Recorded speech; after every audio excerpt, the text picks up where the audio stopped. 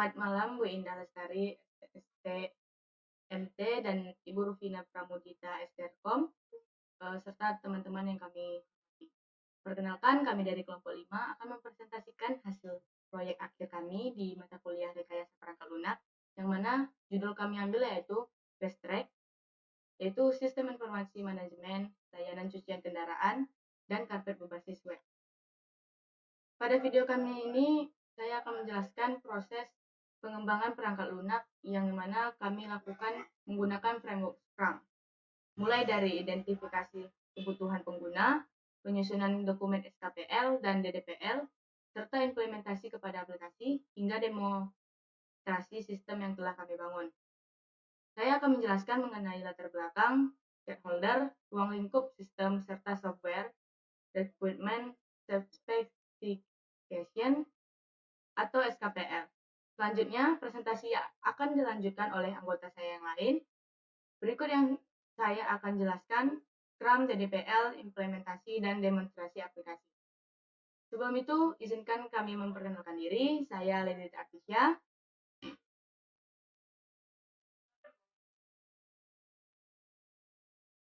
Saya Muhammad Mustafa. Dan saya Fadil Ramadan. Baik, langsung saja latar belakang dari proyek kami ini yaitu perkembangan teknologi informasi telah membawa perubahan pada berbagai bidang usaha, termasuk usaha jasa pencucian kendaraan dan karpet. Namun, berdasarkan hasil observasi yang telah kami lakukan, masih banyak usaha laundry kendaraan yang menggunakan pencatatan dan pelangganan dan proses layanan secara manual, menggunakan buku atau catatan sederhana.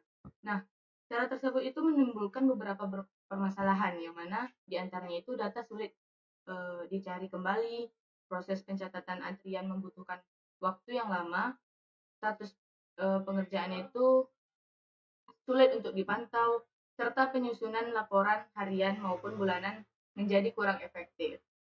Selain itu, owner juga mengalami kesulitan dalam mengetahui jumlah kendaraan yang sedang diproses itu ada berapa, jumlah cucian yang telah selesai itu ada berapa, serta pendapatan yang telah diperoleh setiap harinya, karena seluruh proses itu dilakukan secara manual.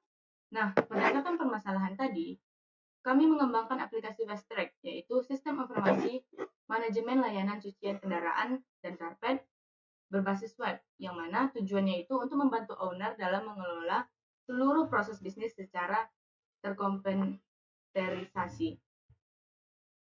Dengan adanya aplikasi ini, kami harapkan proses pencatatan menjadi lebih cepat, data yang lebih terorganisir, status cucian dapat dipantau secara real time, serta laporan dapat dihasilkan secara otomatis, sehingga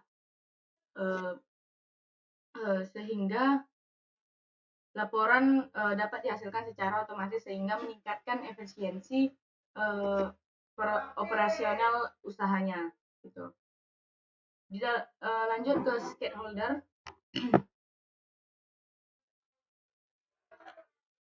Nah, pada tahap analisis kebutuhan, kami mengidentifikasi stakeholder yang terlibat dalam sistem kami. Stakeholder utama pada aplikasi Fast Track yaitu owner atau pemilik usaha cucian. Nah, jadi owner itu memiliki hak akses penuh terhadap sistem, mulai dari proses login, mengelola data cucian, mengelola data transaksi, pemantauan antrian, memperbarui status pengerjaan, melihat dashboard, hingga menghasilkan laporannya sendiri. Nah, selain itu, terdapat aplikasi Fast Track itu dirancang untuk mendukung kebutuhan operasional owner, sekaligus meningkatkan kualitas pelayanan kepada pelanggan. Gitu. Nah, masuk ke ruang lingkup sistem. Ruang lingkup aplikasi Fast Track ini difokuskan pada proses pengelolaan layanan cucian kendaraan dan karpet berbasis web. Fitur utama yang tersedia pada sistem meliputi proses login, pengelolaan data cucian, pengelolaan transaksi, dan pengelolaan antrian. Pengelolaan status pengerjaan cucian, dashboard, monitoring, laporan, dan logout. Sistem ini dikembangkan menggunakan React sebagai frontend, Laravel sebagai backend, REST API, MySQL sebagai basis data, Axios sebagai media komunikasi antara frontend dan backend, serta Tailwind CSS dan Daisy UI, yang mana itu untuk membangun antarmuka yang responsif dan mudah digunakan. Selanjutnya, Software Requirements Specification atau SKPL. Saya akan menjelaskan SKPL, yang mana SKPL itu merupakan dokumen yang berisi seluruh kebutuhan perangkat lunak yang akan dibangun. Dokumen ini menjadi dasar dalam proses perancangan sistem pada tahap berikutnya, sehingga seluruh kebutuhan pengguna dapat diimplementasikan dengan baik. Pada aplikasi Webstrack, kebutuhan perangkat lunak dibagi menjadi dua jenis, yaitu kebutuhan fungsional dan kebutuhan non-fungsional. Di kebutuhan fungsional, kami menjelaskan fungsi-fungsi yang harus disediakan oleh sistem. Beberapa kebutuhan fungsional utama pada aplikasi Webstrack itu meliputi sistem menyediakan proses login sehingga hanya pengguna yang memiliki aplikasi. Sistem menyediakan dashboard yang menampilkan informasi ringkas mengenai dashboard cucian. Selanjutnya ada kebutuhan non-fungsional, yang mana yang pertama itu sistem mudah digunakan, sistem dirancang dalam tampilan sederhana, dan navigasi yang mudah dipahami oleh orang awam. Yang kedua ada respon cepat, yang ketiga ada data aman, ada multi-device, dan tampilan sederhana. Lanjut,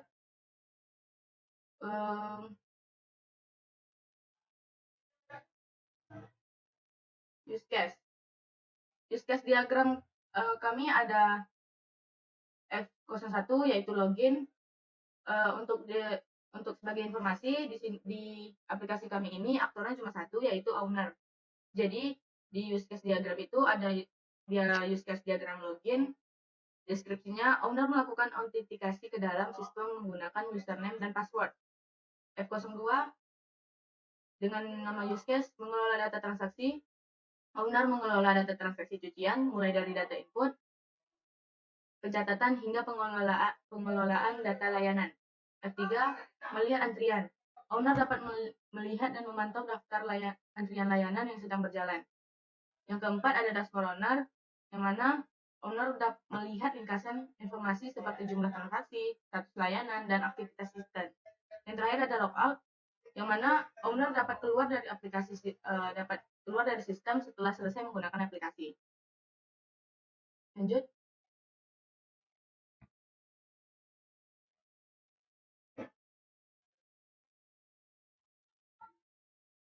Nah, masuk ke use case description.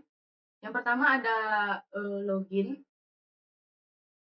Description-nya proses autentikasi pengguna untuk masuk ke sistem menggunakan username dan kata sandi. Triggernya pengguna ingin mengakses sistem. Normal course-nya 1, pengguna membuka halaman login. Dia mengetik username, password, dan klik login. Sistem verifikasi data, serta langsung ke menampilkan dashboard. Yang kedua ada use case mengelola data transaksi, yang mana deskripsinya proses pencatatan data cucian kendaraan atau karpet. Course-nya owner membuka menu transaksi atau layanan, sistem menampilkan daftar transaksi dan layanan.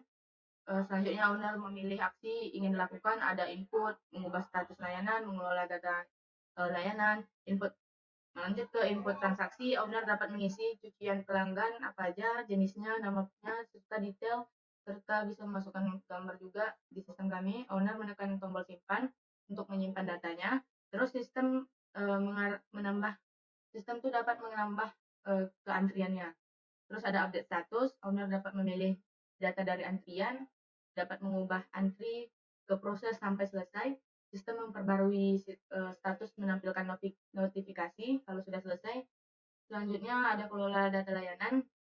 Owner membuka menu layanan, menambah, edit, dan hapus. Sistem menyimpan perubahan data layanan dan menampilkan pesan sukses dan bisa memperbarui tampilan. Lanjut, ini ada use case yang ketiga melihat antrian, yang keempat ada dashboard owner. Lanjut, yang kelima ada logout.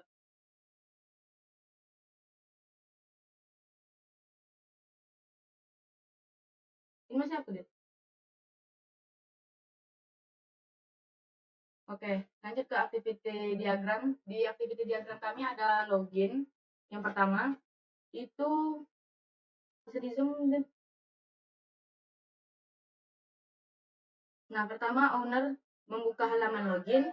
Yang kedua ada dia masuk ke import username, memasukkan password dan klik tombol login. Jika sudah, sistem akan memverifikasi datanya apakah benar atau tidak. Kalau salah dia masuk lagi ke input username, password gitu-gitu. Kalau benar, dia akan menampilkan dashboard utama dan selesai. Ini jelaskan semua nih. Oke, lanjut ke update sequence. Nah, lanjut ke sequence diagram login. Pertama ada owner. Owner tuh melakukan login. Nggak bisa di zoom deh. Ada login page dan itu lanjut ke validate apakah benar atau enggak. Ada out controller dan check user masuk ke database. Selanjutnya data user itu sukses dan akan menampilkan dashboard.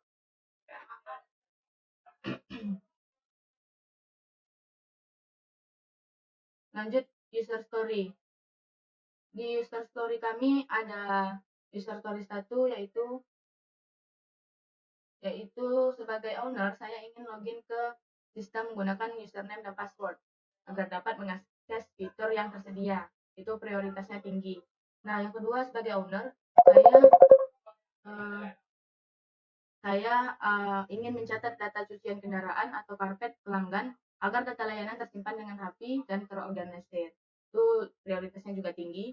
Yang ketiga, sebagai owner, saya ingin memilih jenis layanan cucian dan mengisi detail pelanggan agar proses pencatatan transaksi lebih lengkap dan akurat. Itu tinggi juga prioritasnya. Yang keempat ada sebagai owner, saya ingin data transaksi yang tersimpan otomatis ke dalam antrian agar urutan pekerjaan cucian dapat dikelola dengan baik. Itu prioritasnya juga tinggi. Yang kelima itu ada sebagai owner, saya ingin melihat daftar antrian layanan cucian agar dapat memantau pekerjaan yang sedang berjalan. Itu tinggi. Yang keenam, sebagai owner, saya ingin mengatur antrian agar layanan dapat diprioritaskan sesuai kebutuhan operasional. Itu juga tinggi. Yang ketujuh, sebagai owner, saya ingin mengubah status cucian antri ke proses hingga selesai agar perkembangan layanan dapat dipantau dengan mudah. Tinggi juga. Yang ke-8, sebagai owner, saya ingin menambah data layanan baru beserta tarifnya agar jenis layanan dapat diperbarui sesuai kebutuhan usaha. Itu prioritasnya juga itu prioritasnya medium. Lanjut yang ke-9, langsung ya.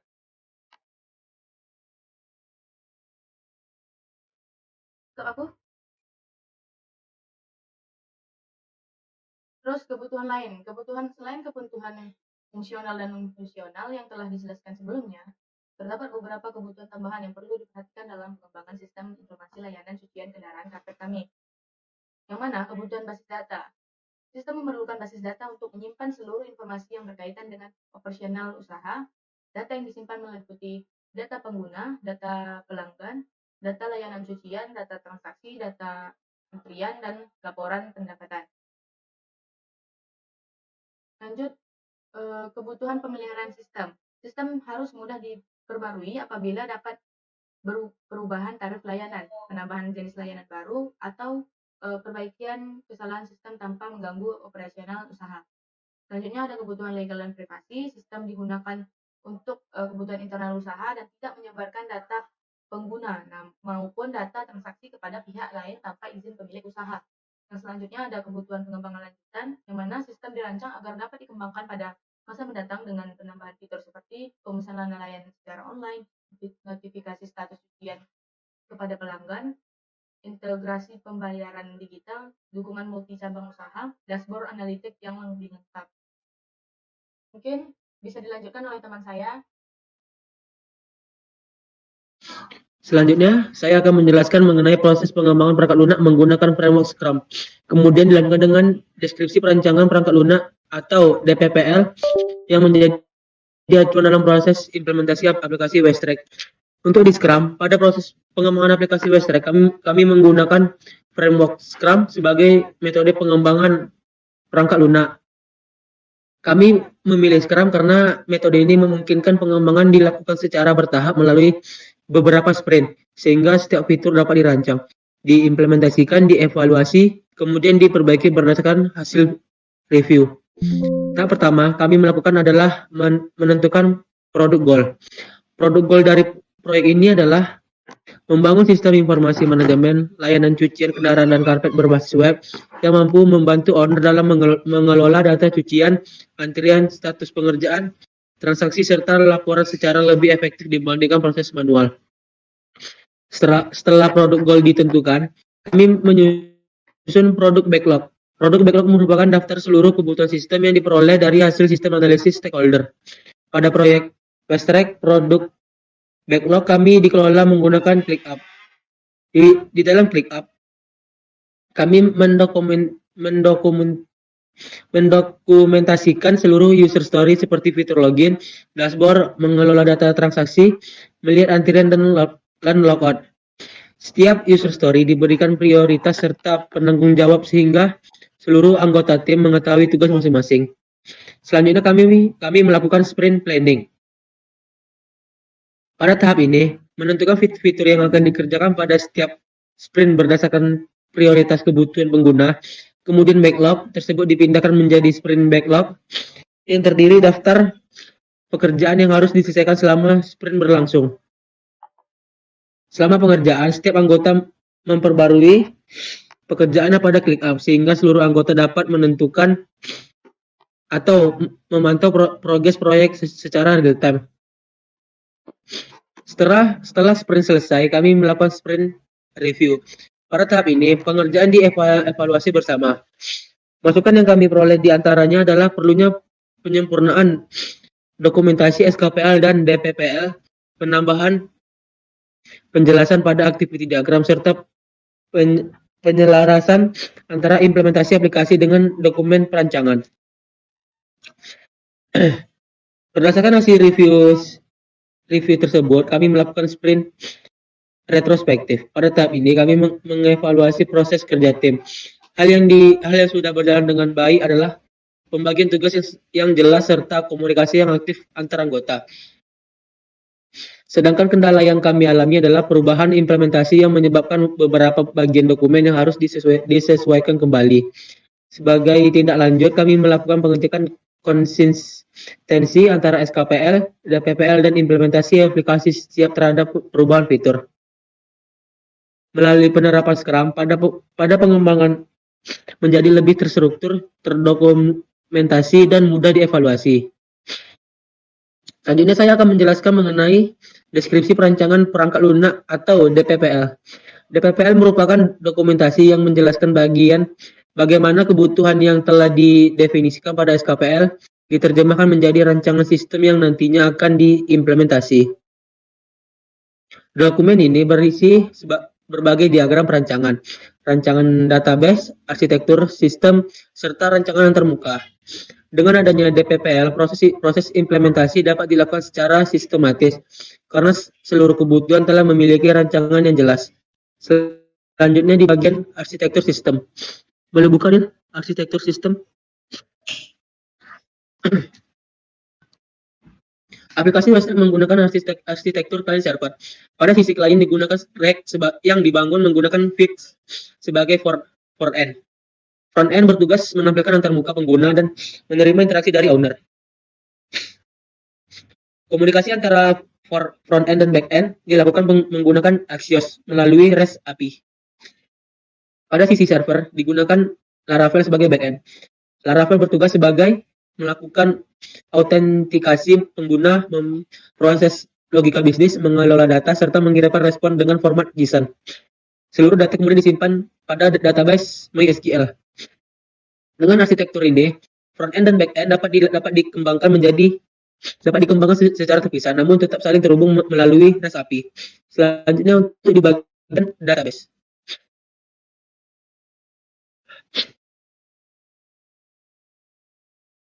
Untuk di bagian database, selanjutnya adalah perancangan basis data. Basis data yang digunakan pada aplikasi Webstack adalah MySQL. Dapat dirancang berdasarkan hasil analisis kebutuhan sehingga mampu menyimpan seluruh informasi yang dibutuhkan oleh sistem. Beberapa tabel utama yang digunakan meliputi tabel user, tabel cucian, serta tabel-tabel pendukung lainnya sesuai dengan kebutuhan sistem. Relasi antara tabel dirancang agar proses penyimpanan data menjadi lebih terstruktur, mengurangi redundansi data, dan mempermudah proses pengambilan informasi ketika sistem dijalankan. Jadi ini akan jelaskan tentang use case diagram.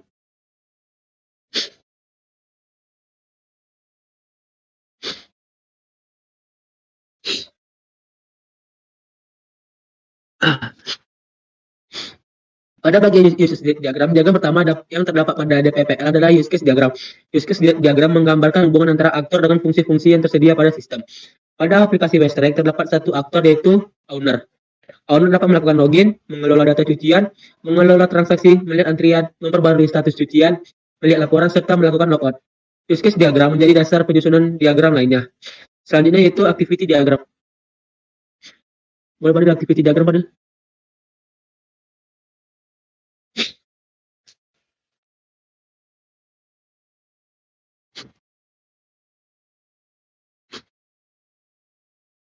Activity.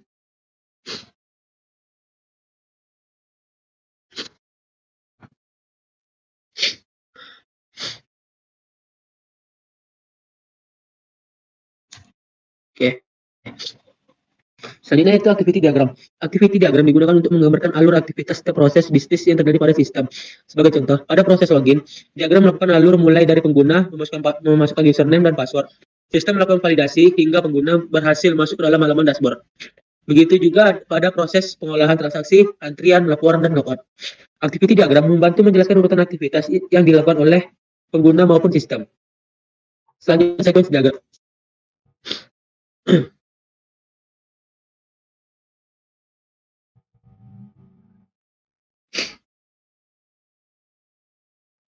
Baik, pada bagian sequence diagram, menggambarkan interaksi antar objek dalam sistem berdasarkan urutan waktu. Diagram ini memperlihatkan bagaimana aktor berinteraksi dengan antarmuka, controller, model, hingga database untuk menyelesaikan suatu proses. Melalui sequence diagram, kami dapat memastikan bahwa alur komunikasi antar komponen sesuai dengan implementasi yang dibangun. Diagram. Adil atas diagram.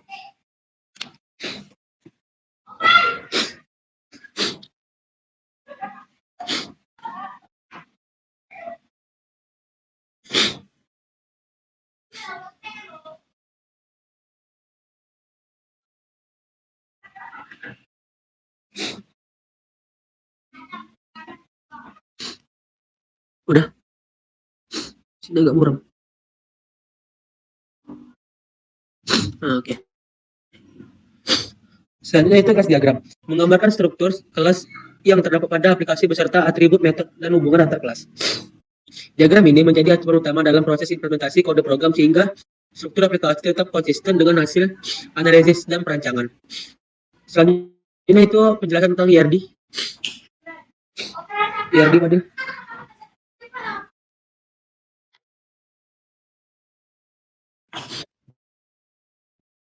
Baik, selanjutnya yaitu IRD.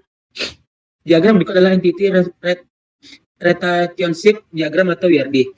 IRD digunakan untuk menggambarkan hubungan antar entitas dalam database.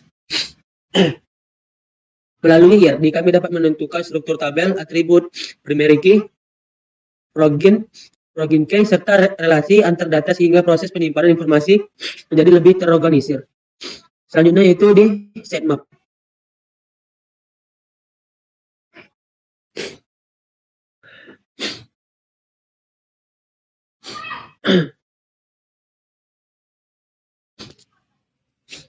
Setelah diagram perancangan pada DPPL juga terdapat sitemap. Sitemap menggambarkan struktur navigasi aplikasi mulai dari halaman login menuju dashboard, kemudian menuju data cucian, transaksi, antrian, status, laporan hingga logout. Diagram ini membantu memahami bagaimana pengguna berpindah dari suatu halaman ke halaman lainnya. Alina itu di bagian terakhir antarmuka komunikasi.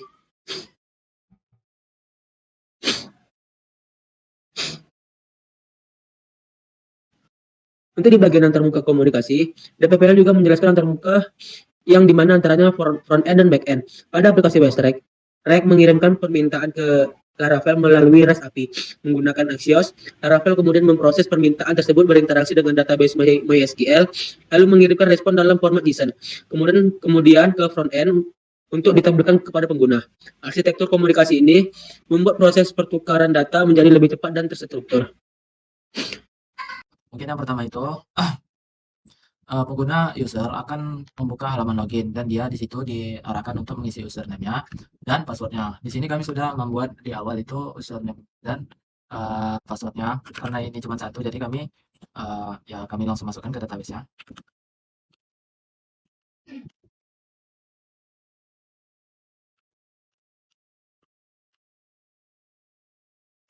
Lalu ini ada setelah misalnya masuk, owner akan ditampilkan dengan dashboard. Apabila data yang dimasukkan tadi benar, sistem akan melakukan autentikasi dan mengarahkannya menuju dashboard adminnya.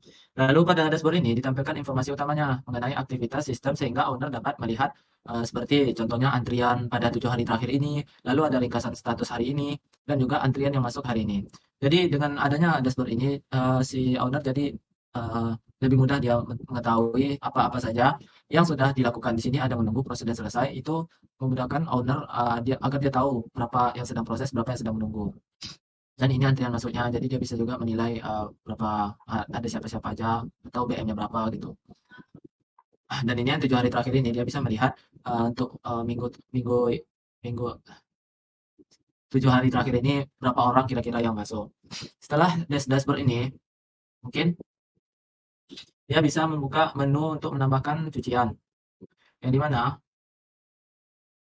di sini akan diarahkan oleh dengan tampilan yang mungkin memudahkan owner itu untuk bisa mengetahui apa aja fungsinya dengan warna yang sederhana dan ya seperti itulah.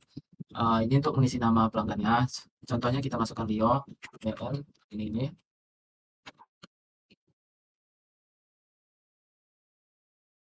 Dan kami masukkan foto juga agar dari keluhan owner karena dia sering tertukar, jadi kami memasukkan di sistem kami itu sebuah foto. Dengan itu memudahkan ownernya untuk melihat antrian ini yang keberapa, lalu motornya yang mana. Nah, di sini. Di sini untuk daftar antriannya. Jadi owner itu bisa melihat status dan motor apa yang sedang menunggu. Mungkin bisa dilihat di sini. Dan warna juga sederhana, kami tidak melebih-lebihkan karena emang ownernya sendiri bilang ya dia tidak mau yang berlebihan, cukup fungsinya aja yang dipenuhkan. Mungkin seperti ini untuk daftar antriannya. Lalu lanjut ke daftar status. Daftar status ini owner bisa mengubah, misalnya dia lagi sedang mengerjakan motor yang bernama Rio ini, jadi dia tinggal memencet sedang diproses. Baru jika ada yang sudah selesai, tinggal selesai seperti ini, one dia sudah selesai. Lalu pasti masuknya di dashboard tadi untuk motornya si one ini. Dan juga seperti itu, misalnya dia tinggal memencet status selesai. Dan di antrian pun dia bisa melihat bahwa statusnya sudah selesai. Dikatakan selesai juga jika dia sudah telah mengasih transaksi dia. Jika transaksi belum sampai ke dia, maka dia mungkin akan proses, masih dalam tahap proses. Dikatakan selesai jika dia sudah menerima transaksinya. Lalu yang terakhir itu adalah laporan ringkasan bisnis. Ini puncak kami di sini utamanya karena owner tuh sering terjadinya miskom gitu. Jadi dia tidak tahu data-data sebelumnya, sering kali hilang. Apalagi dia pernah mendapatkan kasus bahwa ada karpetnya itu yang tertukar. Dia tidak tahu dengan siapa yang tertukar, dan dia tidak ada nomornya dan tidak ada datanya. Jadi itu sangat ya mungkin membuat masalah buat dia. Maka kami buatlah sistem itu untuk mempermudahkan dia, yang dimana kita bisa memfilter dari laporan ini. Misalnya contohnya yang dari kasus karpet itu mungkin bulan kemarin, bulan Juni. di bulan Juni ini dia tidak tahu nama apa namanya, dia tidak tahu siapa pemiliknya. Mungkin yang komplain itu bisa menyebutkan siapa yang kemarin yang jemput. Misalnya contohnya namanya Budi. Di sini bisa dilihat yang di mana ini contohnya si Poni. Dia bisa dilihat di sini. Ini salah ya, sebenarnya harusnya nomor HP. Di sini dia bisa melihat karpet yang mana yang tertukar itu. Font itu sesuai dengan ini. Ini untuk gambar karpetnya. Dan di sini harusnya nomor HP. Jadi dia bisa tahu siapa pemiliknya. Jadi dia bisa melihat di bulan ya juga. Misalnya dia di si yang komplain ini komplainnya di bulan Juni. Jadi dilihatlah di sini di bulan Juni siapa-siapa aja yang transaksi karpet. Ada Rama, ada Rashid, ada Poni. Jika ada kesamaan mungkin akan dieksekusi. Mungkin kayak gitu aja sih. Dan ini juga total pendapatan dia, misalnya dia tidak tahu nih sistem keuangan dia nih sering di luar yang dia pikirkan. Jadi kami buatlah total pendapatan dia, misalnya hari ini ada berapa, ada 50, ada minggu ini 500, bulan ini 500 juga, dan total semuanya itu 1 juta. Seperti itu. Jadi total kendaraan yang dicuci, total karpet yang dia cuci gitu. Dan bisa di apa juga filter, jadi dia tidak misalnya mau lihat cuci mobil aja atau cuci motor aja. Mungkin dengan yang kami buat ini si owner bisa menjadi terbantu dengan sistem yang kami buat, dan apa yang dia keluhkan itu sesuai apa yang kami buat ini. Mungkin cuma segitu aja demo dari yang kami buat.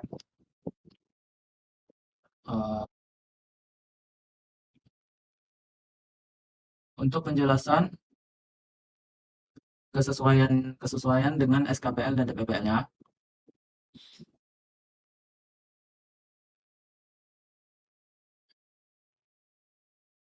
Oke, langsung aja kepada kesimpulannya saja.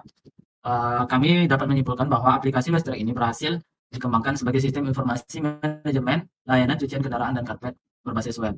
Mungkin kami fokuskan pada owner kami yang satu ini. Kalau untuk dikembangkan untuk di luar, mungkin kalau jika kasusnya serupa mungkin bisa. Dan aplikasi ini diharapkan mampu membantu owner dalam mengelola data layanan secara lebih cepat, lebih terstruktur, dan lebih efisien dibandingkan proses manual yang hanya mencatat dan ya hanya ingatan saja, dan ya udah dia lepas tangan gitu aja.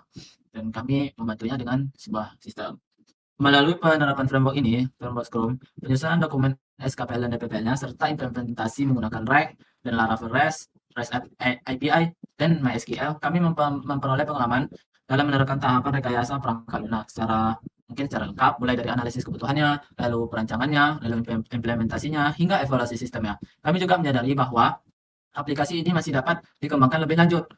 Mungkin nanti ada ownernya tuh kayak minta tolong lagi dia sistemnya diapain lagi atau apa, atau ada order baru yang kasusnya serupa tapi mungkin agak dirombak-rombak.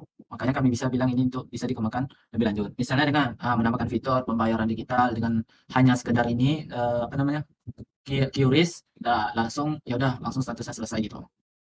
Lalu juga misalnya dashboardnya analitiknya itu lebih lengkap, jadi dia lebih luas untuk mengetahui tentang apa aja perkembangan di cucian dia. Mungkin hanya sekian yang saya bisa jelaskan. Demikian presentasi dari kelompok kami, kelompok 5. Terima kasih atas perhatian Ibu dosen dan PLP dan teman-teman. Saya akhiri. Wassalamualaikum warahmatullahi wabarakatuh.